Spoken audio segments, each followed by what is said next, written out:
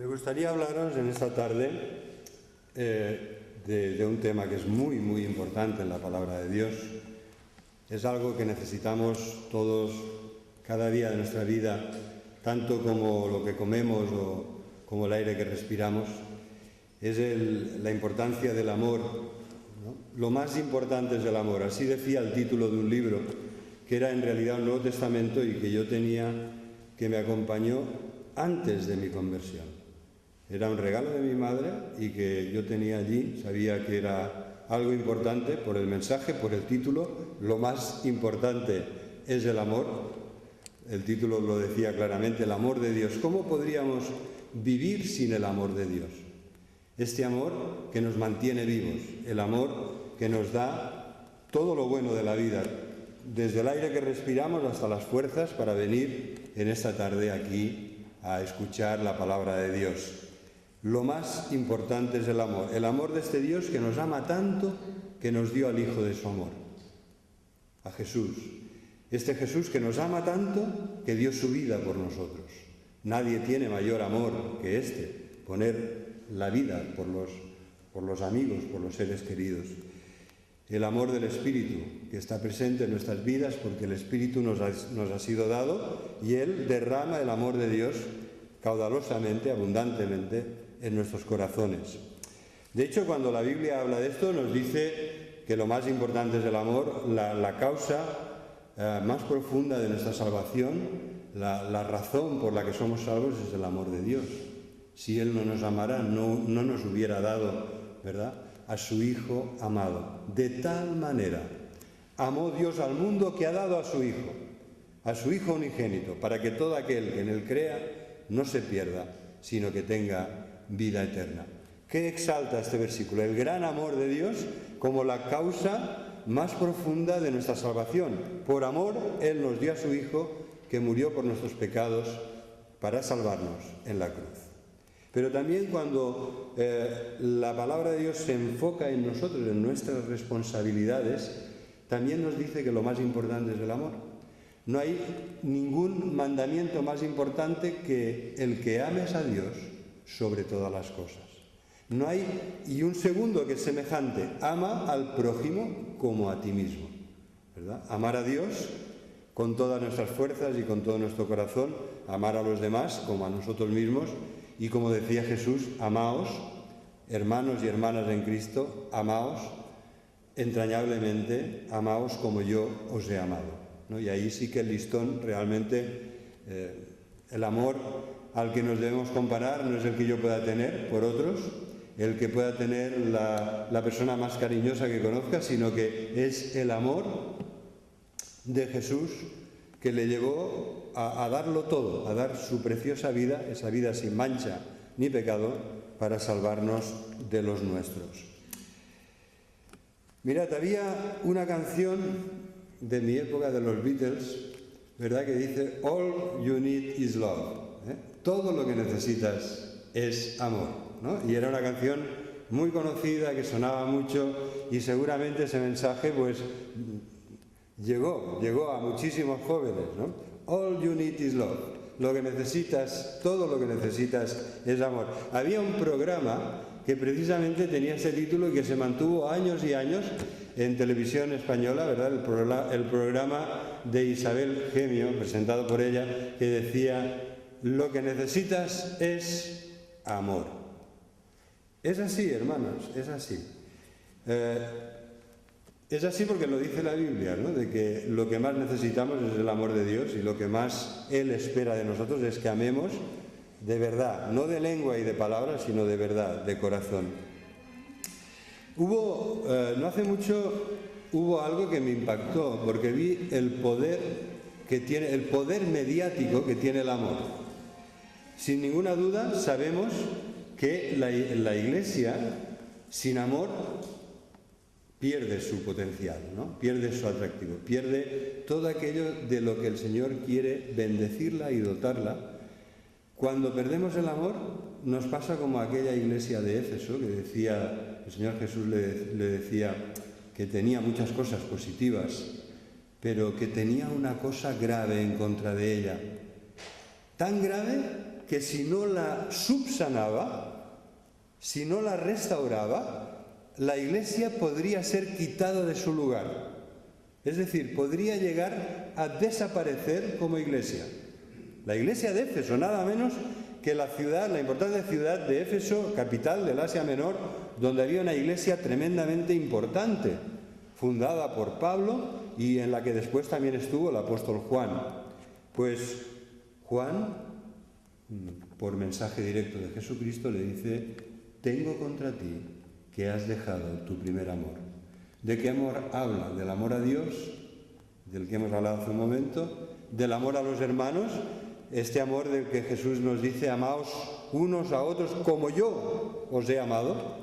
Seguramente de los dos, porque el mejor test, la mejor prueba y evidencia para saber si amas a Dios de verdad es que ames a los hermanos. Así lo dice, la carta de Juan lo dice así: ¿cómo puede pretender alguien que ama a Dios si no ama a los hermanos? Así lo dice, así de claro. ¿Cómo puede pretender que ama a Dios al que no ha visto, si a los hermanos y hermanas que sí que ve, no los ama? Esta persona tiene la falsa pretensión de amar a Dios cuando en realidad no la ama. De esto también habla el capítulo que vamos a comentar hoy, estos versículos que ha leído Ariel. Me gustaría al principio, no lo hago nunca, ya lo sabéis, ¿no? Pero hoy voy a hablaros de Eurovisión.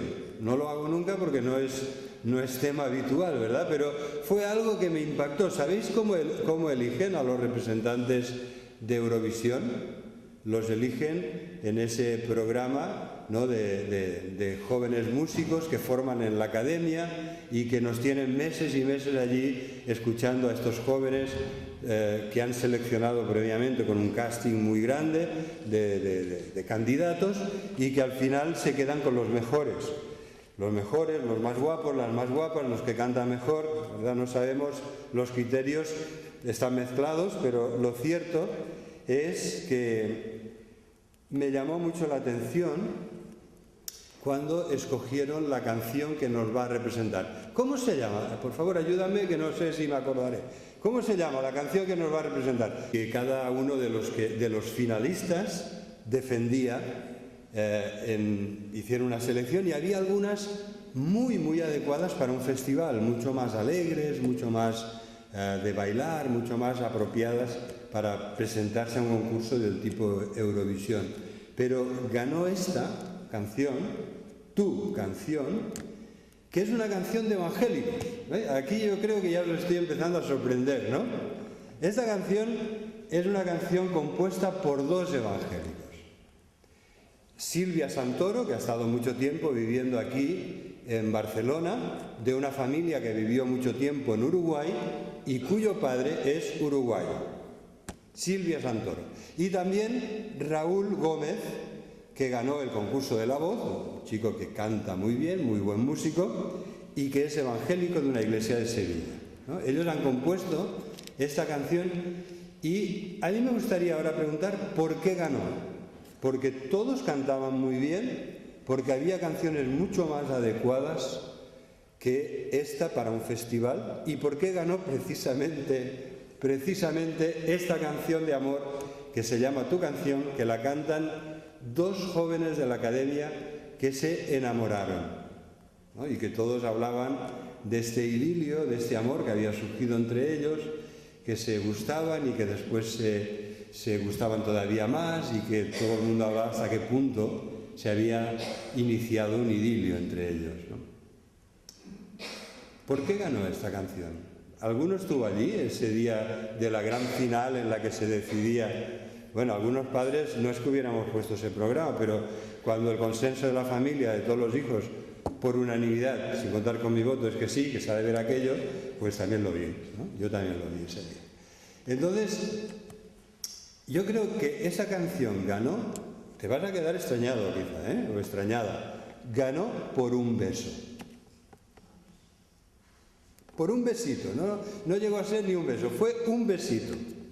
Porque esa canción en la primera votación quedó la tercera o la cuarta.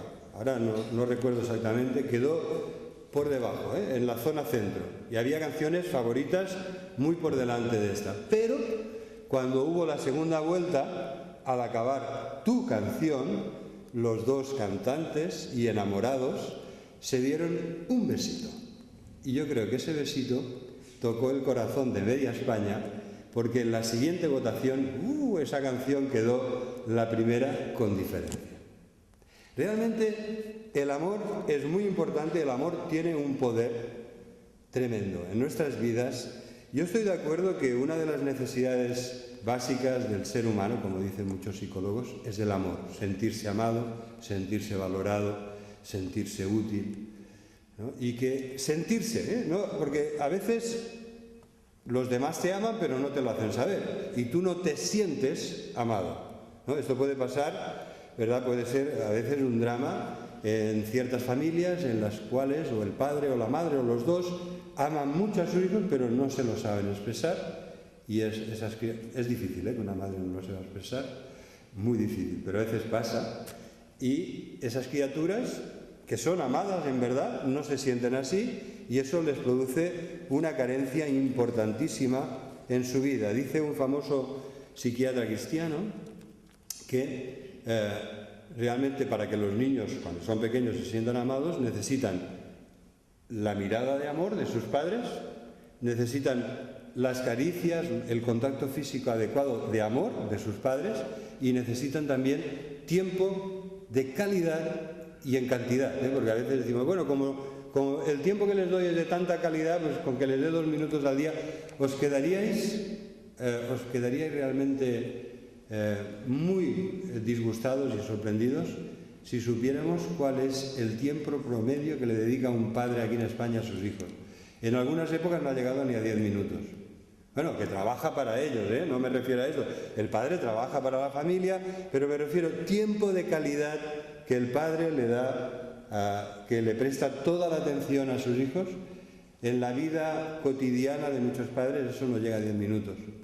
Porque cuando ellos se van, los niños están acostados, cuando llegan están cansados, o ya los niños se han acostado, el fin de semana a veces están pluriempleados, o tienen otros hobbies o otras cosas a las que le dan más importancia y no pasan tiempo de calidad con sus hijos. Lo cierto es que, y ahora nos centramos en el pasaje que hemos leído hoy, en la palabra de Dios, primera de Juan, capítulo 3, lo cierto es que este pasaje nos habla del amor y que el amor es una de las 3 pruebas, de las 3 evidencias que en primera de Juan se dan acerca de las personas que son verdaderamente cristianas. ¿Cómo saber si de verdad soy hijo de Dios o hija de Dios? ¿Cómo puedo saberlo? ¿Cómo puedo saber que en verdad he nacido de nuevo y que soy salvo y que tengo vida eterna? Primera de Juan responde a estas preguntas y lo hace con 3 pruebas diferentes. La primera de ellas es doctrinal. ¿En quién crees? Para saber si eres salvo o no, la primera pregunta es ¿en quién crees? Porque, como dice el capítulo 4, versículo 2, en esto conoced el Espíritu de Dios. Todo espíritu que confiesa que Jesucristo ha venido en carne es de Dios. Y todo espíritu que no confiesa que Jesucristo, es decir, nuestro Señor y Salvador, Dios Hijo, ha venido en carne, todo el que no confiesa que Jesucristo se ha encarnado no es de Dios. Y este es el espíritu del anticristo, el cual vosotros habéis oído que viene y que ahora ya está en el mundo. La prueba doctrinal es que creamos, ¿no? Esta es la vida eterna, dice Jesús en su oración final antes de ir a la cruz. La vida eterna es que te conozcan a ti, Padre, el único Dios verdadero, y a Jesucristo, a quien tú has enviado. Esta es la vida eterna. Esta es la prueba doctrinal, que creamos en Jesús como nuestro Señor y Salvador. La prueba moral o ética es la que menciona el texto que hemos leído en el versículo 10. Dice, en esto se manifiestan los hijos de Dios y los hijos del diablo. Todo aquel que no hace justicia y que no ama a su hermano no es de Dios.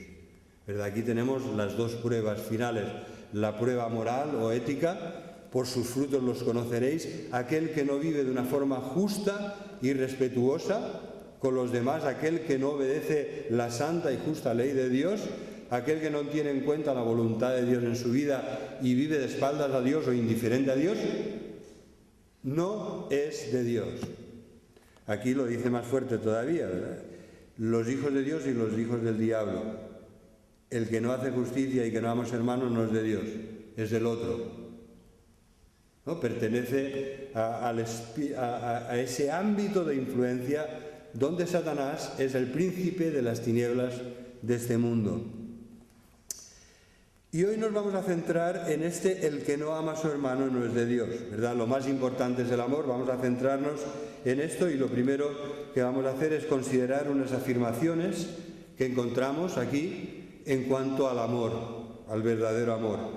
Hemos hablado de ese amor romántico que hizo ganar la votación a Amaya y a Alfred para representarnos en Eurovisión. Y ahora vamos a centrarnos en lo más importante, que es ¿qué afirma la Biblia en cuanto al amor?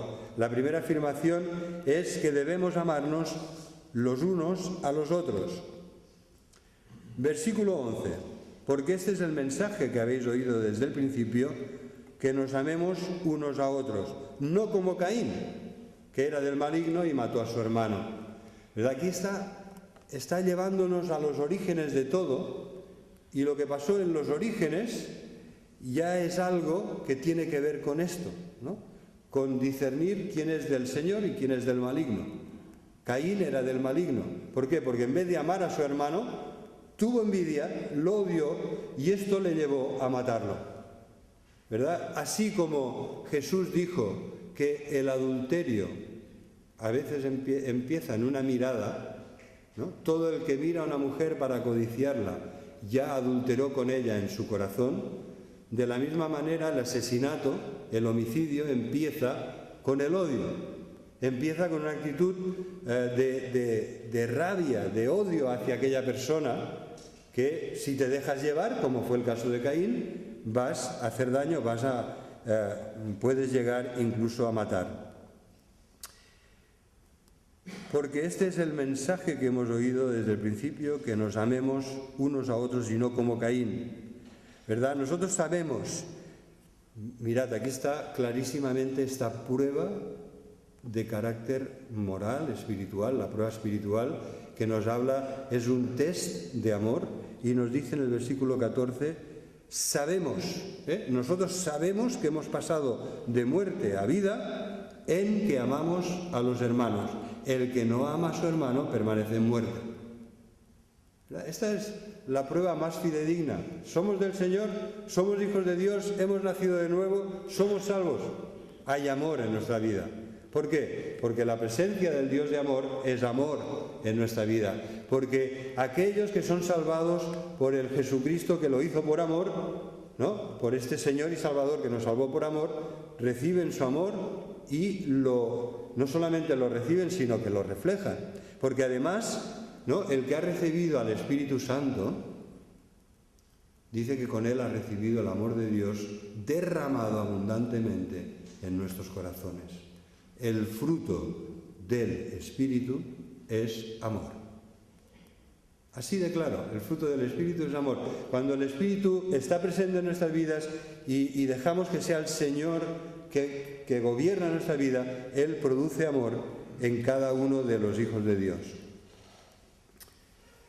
El amor y el odio están presentes desde los orígenes. Amor tiene que ver con la vida y odio tiene que ver con la muerte, y se oponen uno a otro. Amor y vida se opone al odio que mata, ¿no? El amor que da la vida se opone al odio que nos puede matar. También me gustaría aclarar una frase un poco difícil de este pasaje. Dice: todo aquel que aborrece a su hermano es homicida, y sabéis que ningún homicida tiene vida eterna permanente en él. ¿Qué quiere decir esto? Si alguien ha cometido alguna vez en guerra o en situaciones de defensa propia o en situaciones de odio, de rabia, de violencia, ha matado a alguien, ¿no se puede salvar esa persona?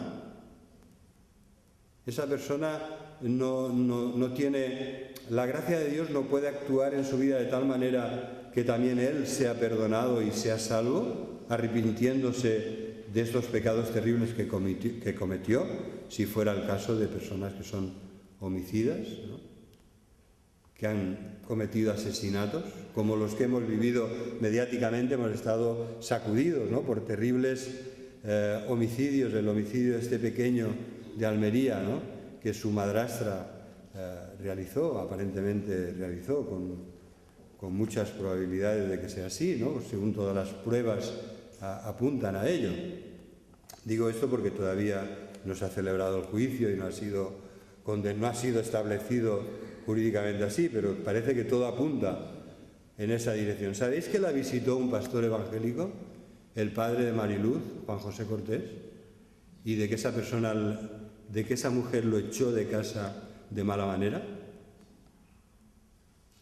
Fue visitada por ese pastor que desde que su hija fue asesinada, su pequeña Mariluz fue asesinada por un pederasta, desde entonces él está en campaña por reinstaurar, entre otras cosas, la cadena perpetua y para dar apoyo a todas las familias que pasan por estas experiencias. Y él visitó a los padres del pequeño Gabriel y ella estaba tan incómoda con lo que él decía que fue allí a apoyarlos, que no fue allí a hacer de policía, fue a apoyarlos.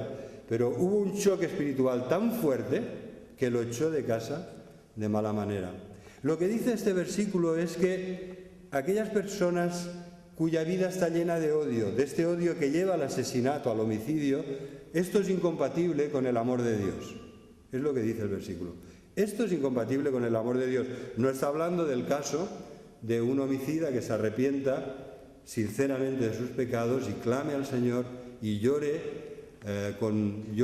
todos los crímenes que ha cometido, porque la gracia de Dios también para estas personas puede dar perdón y salvación. Entonces, esto me gustaría que pasemos a la segunda afirmación que hace este versículo, en el pasaje que hemos leído. La segunda afirmación la encontramos en el versículo 16. En esto hemos conocido el amor, en que Él, Jesús, puso su vida por nosotros. Así que también nosotros debemos poner nuestras vidas por nuestros hermanos. Lo que afirma este pasaje, la segunda afirmación, es que nos fijemos bien en el perfecto modelo de amor que es Jesús. En Él se encarna el amor de Dios.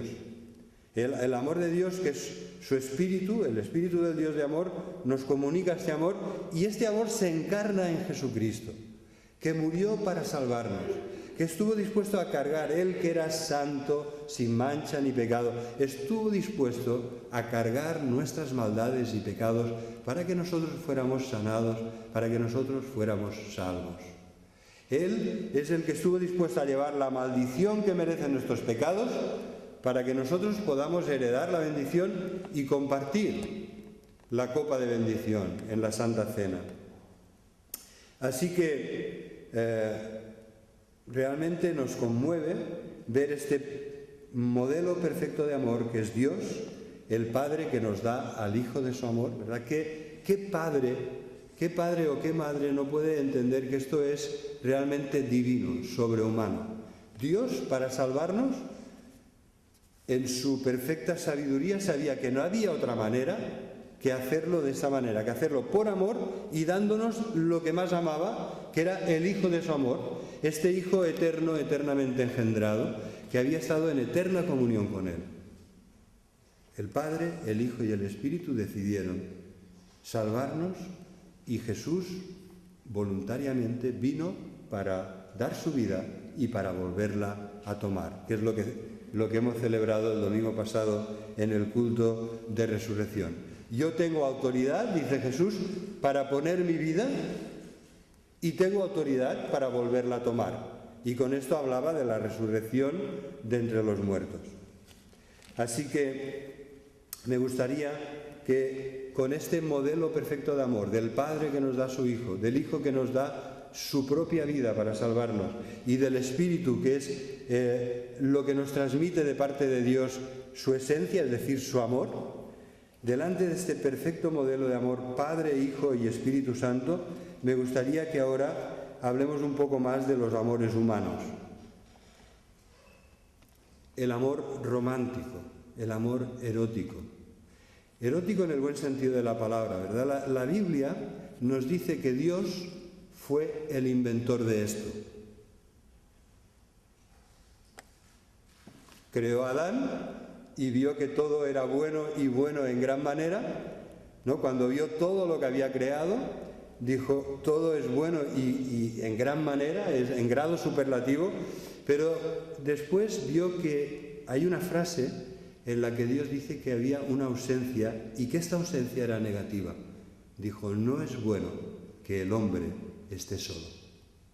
Y entonces el Dios que nos había creado a su imagen y semejanza, creó al hombre primero, pero después creó a la mujer porque dijo, no es bueno que el hombre esté solo. Y todo era bueno y bueno en gran manera, en grado superlativo, pero había una ausencia en el universo de Dios que hacía que no era buena, y era la ausencia de la mujer. Entonces ya sabéis cómo el relato de Génesis en el primer capítulo nos dice cómo creó Dios todo el universo, y después en el capítulo 2 se centra en el detalle, en esto que es tan importante, en los detalles de la creación del hombre y de la mujer, ¿no?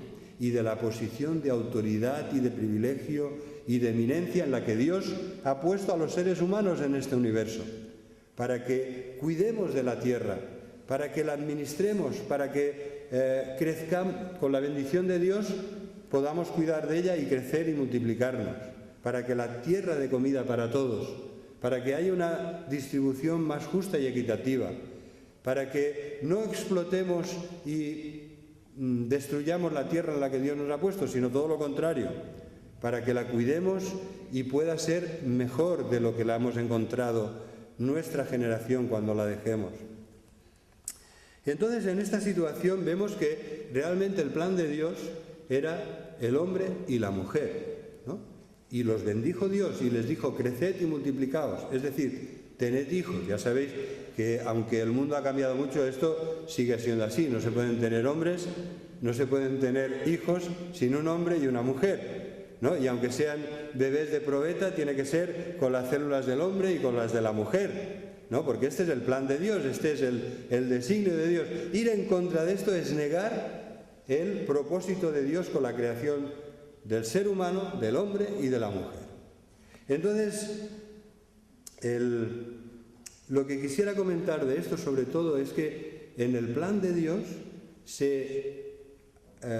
Él crea el amor entre un hombre y una mujer, el amor romántico, el amor erótico, la atracción del uno hacia el otro, y que esto Dios no solamente lo crea, sino que dice que es bueno en gran manera y lo bendice.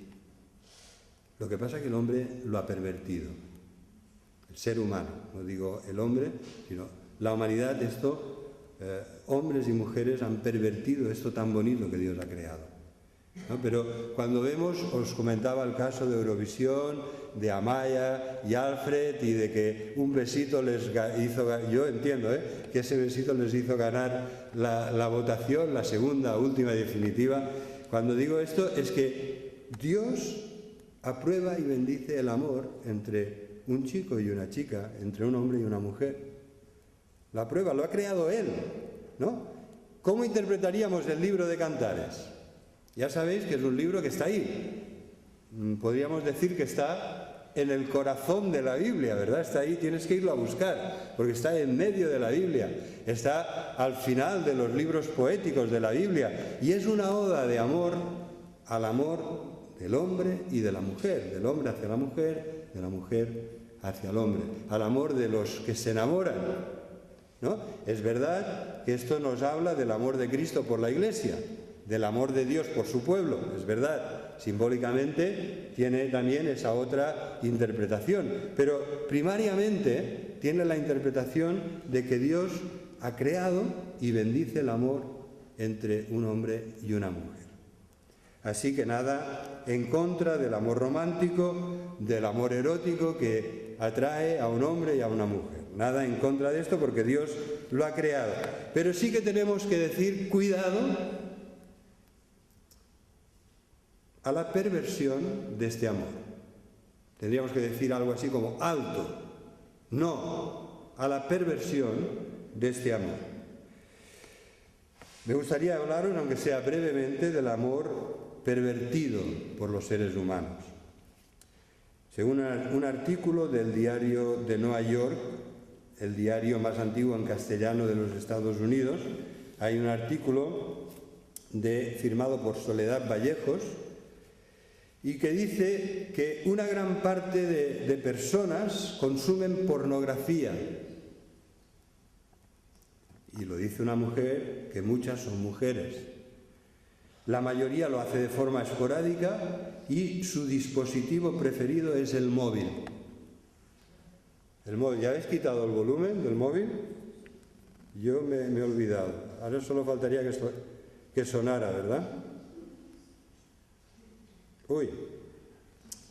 ¿Sabéis? Ya no me lee la huella. Tengo que hacer algo. No me lee la huella porque me he quemado. Entonces, hasta que no se cure, no me va a leer la huella. Pues, mirad, es algo impactante, es algo tremendo. No os voy a cansar con datos, pero los consumidores de pornografía, dice esta autora, se dividen de la siguiente manera. Las mujeres consumen el 64% de la pornografía a través del móvil. No lo hubiera dicho nunca.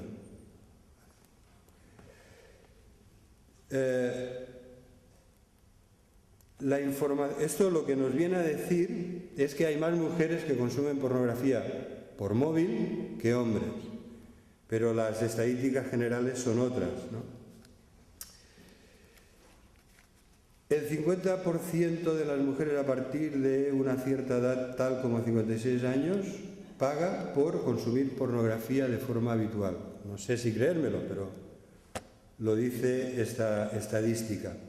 9, ahora no os penséis que voy a hablar solo de las mujeres, 9 de cada 10 mayores de 18 consume pornografía por internet.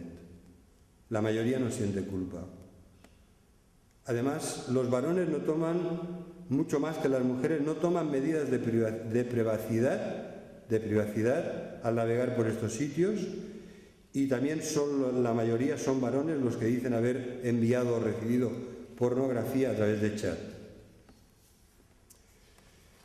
Entonces, estas estadísticas vienen de Latinoamérica, de Argentina concretamente, de la, ¿cómo se llama?, de la OIA, que es una agencia argentina de estadística. Pero esto es del Periódico de Cataluña.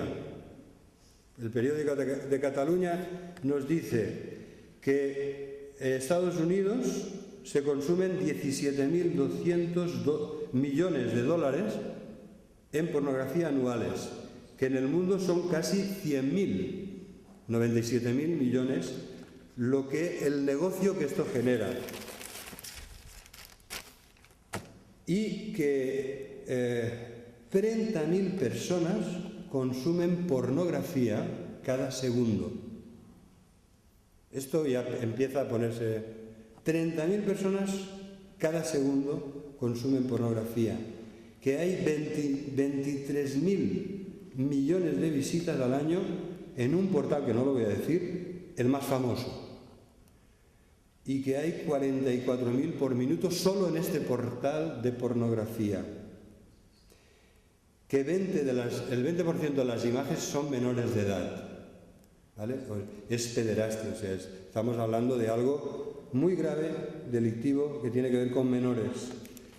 Que a los 11 años es la edad media en la que los niños de nuestro país comienzan a acceder a la pornografía. Y que nuestro país es el 13º de la Unión Europea. Perdón, mundial.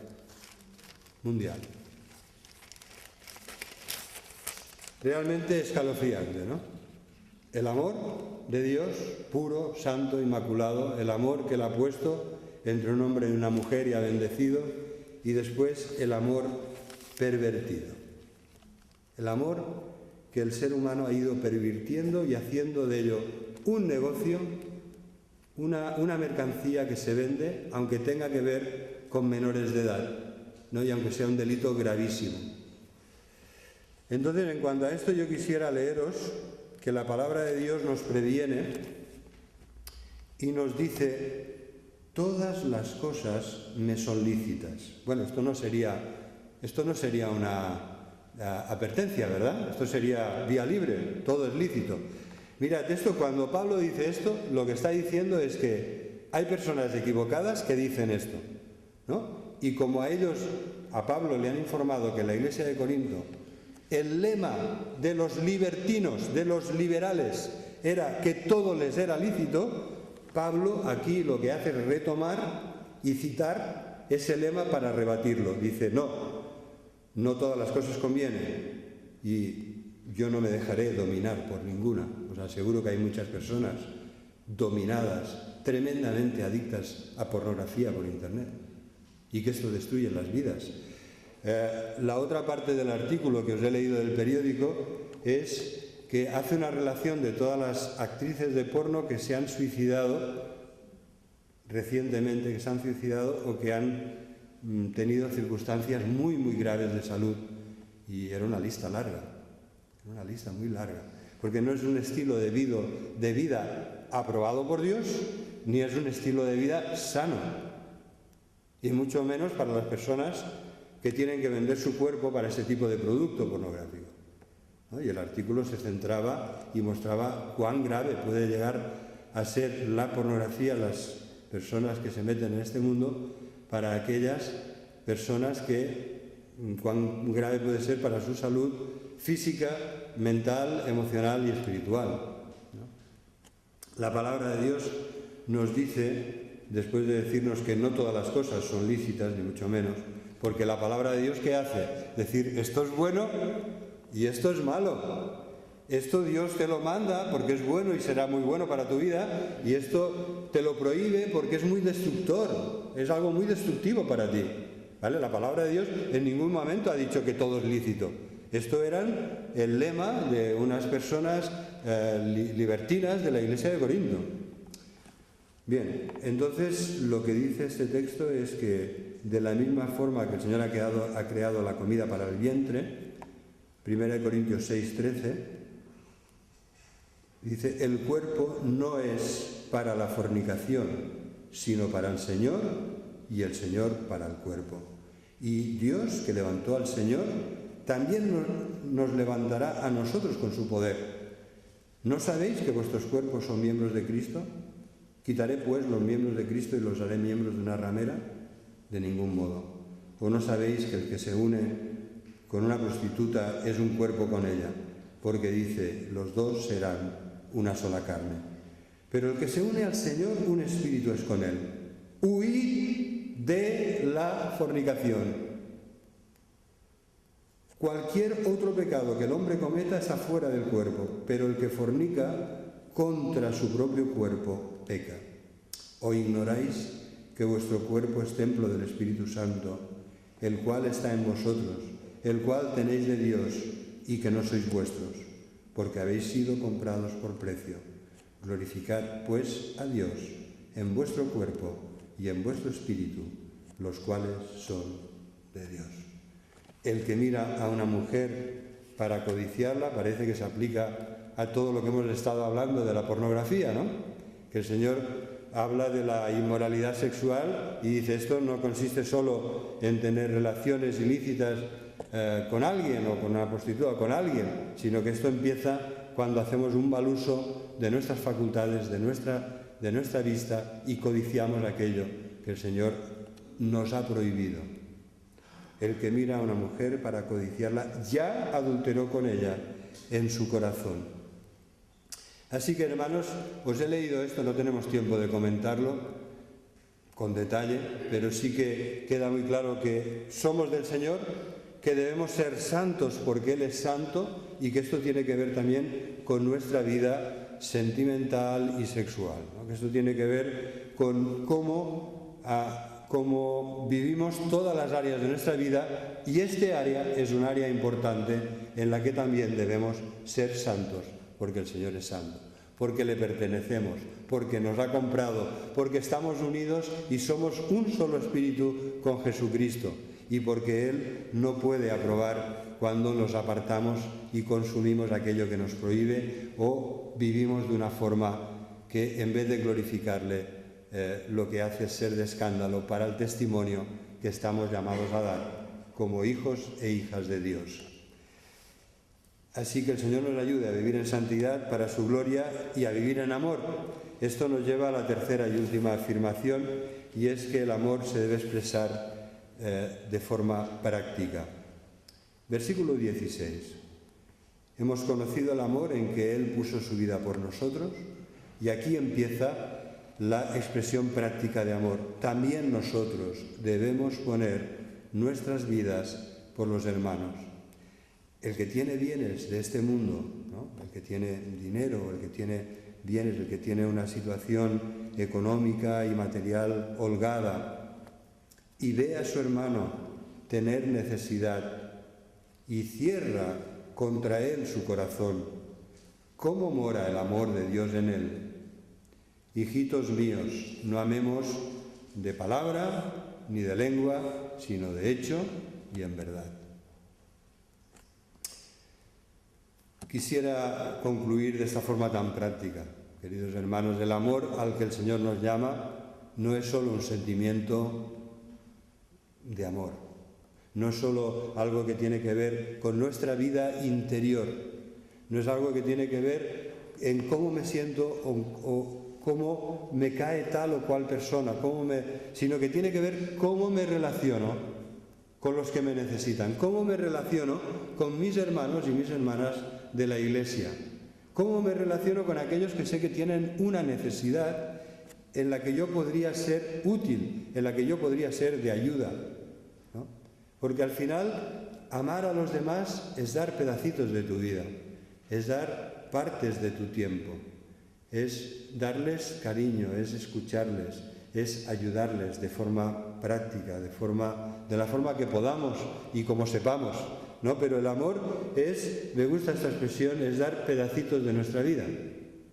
No podemos amar cuando no tenemos tiempo ni para nada ni para nadie. No amamos, ¿no? Cuando vemos una necesidad y giramos la cara para no verla.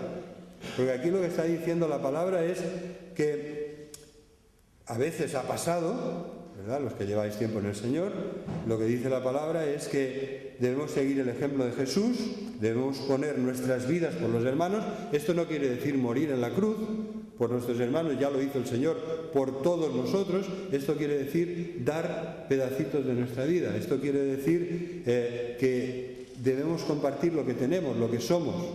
Debemos compartir nuestro tiempo también con los que nos necesitan. Debemos poner nuestra vida por los hermanos, y concretamente aquí pone el ejemplo de alguien que ve una necesidad y muy gráficamente dice, cierra su corazón. Literalmente está hablando de que no es sensible a la necesidad que ve, sino que se bloquea, prefiere mirar hacia otro lado, y que en vez de ser sensible, ¿no? Está hablando aquí más que de corazón, de entrañas, ¿no? De sensibilidad, porque para ellos, cuando hacían referencia a las entrañas del ser humano, se hacía referencia a los sentimientos más profundos que tenemos. Concretamente, el Señor se le conmovían las entrañas cuando veía a las multitudes desamparadas y dispersas como ovejas que no tienen pastor. Por lo tanto, dice, aquí se aplica, se trata de la misma palabra, y lo que nos está diciendo es, ¿vas a ser sensible a las necesidades que veas o preferirás seguir mirando hacia otro lado, completamente bloqueado emocionalmente? ¿No vas a dejar que las necesidades que ves te conmuevan? ¿Vas a estar inmóvil sin mover un dedo cuando ves que puedes ayudar a alguien? Está hablando en estos términos. Está hablando los términos que habla Santiago cuando dice que llegan unas personas desnudas y hambrientas a la iglesia, llaman, y entonces el que les abre les dice: ¡ay, que el Señor los bendiga! Id en paz, calentaos y saciaos, pero no les da nada. Hombre, pregunta Santiago: ¿de qué les servirá que les bendigas? ¿De qué les servirán tus bonitas palabras si no ayudas? De esto está hablando, ¿no? ¿Cómo mora el amor de Dios en él? Si ve una necesidad y cierra, se bloquea en su corazón y no deja que esto le conmueva. Hijitos míos, ¿verdad? Qué cariño, qué cariño. Cuánto cariño hay en la palabra de Dios. Cuánto realismo, porque eso toca nuestras vidas y nuestras malas actitudes, ¿verdad? Porque, claro, yo hablo de pornografía y para muchos de vosotros diráis: bueno, ¿y por qué dice José Luis esto? Si a mí no se me ocurre. Hermanos, estadísticamente seguramente aquí hay más de una persona afectada por lo que he dicho, ¿no? Si esto pasa en el 9 de cada 10 varones les pasa, seguramente habrá alguna persona afectada por estas tentaciones. Y cuando hablo de esto, lo mismo. Bueno, esto, claro, gloria a Dios, es verdad. Yo doy muchas gracias a Dios. Somos una iglesia donde podemos sentir el amor de Dios. Y así debemos seguir, ¿no? Porque tengo contra ti, decía Jesús, que has dejado tu primer amor. Mira, por tanto, de dónde has caído y arrepiéntete. ¿Verdad? No hay manera de volver a ocupar nuestro lugar y andar por el buen camino. No hay otra manera que arrepentirnos y hacer las primeras obras, ¿verdad? Porque esto es lo que dice: arrepiéntete y haz las primeras obras. Fijaros que la palabra de Dios, cuando habla del amor, lo enfoca en un sentido mucho más práctico que nosotros. Habla de decidir amar, habla de la voluntad de amar, habla de seguir un ejemplo supremo de amor que es el de Dios y el de Jesucristo, y nos habla también de amar de una forma verdadera y práctica. Nos dice que no amemos de palabra ni de lengua, sino de hecho y en verdad.